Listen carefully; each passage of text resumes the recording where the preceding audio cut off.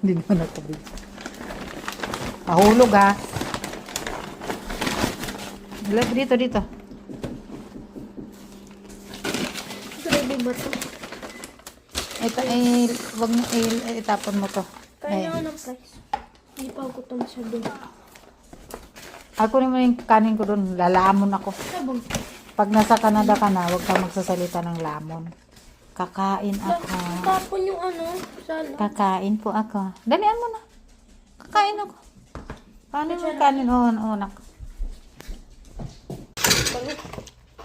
Masarap kasi bihira ka bumili doon. Pag araw-araw ka bumibili, kasawa din.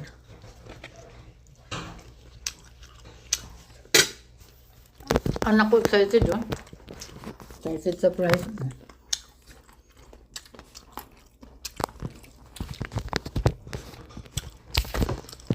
Sabayan niyo ako kumain, guys. Sarap yung gravy, sarap. Nga.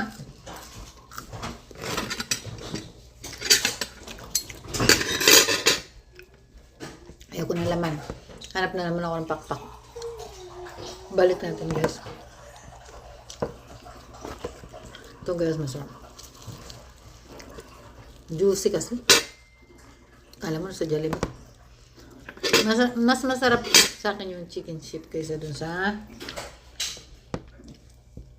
KFC, ewan ko ba.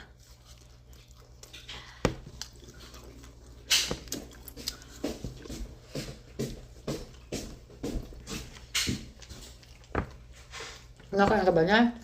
Opo.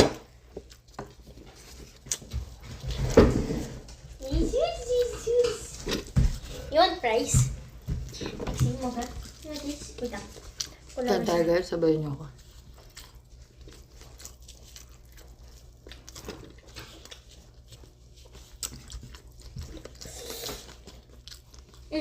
Kinuha mo ka agad?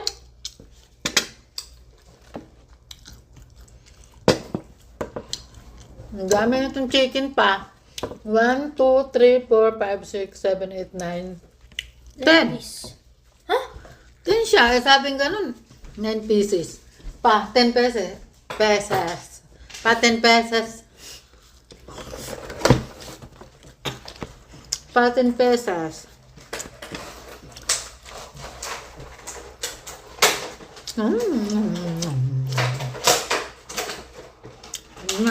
So. Ay, kumain ka ng chicken mamaya, ha? Sarap ng gravy.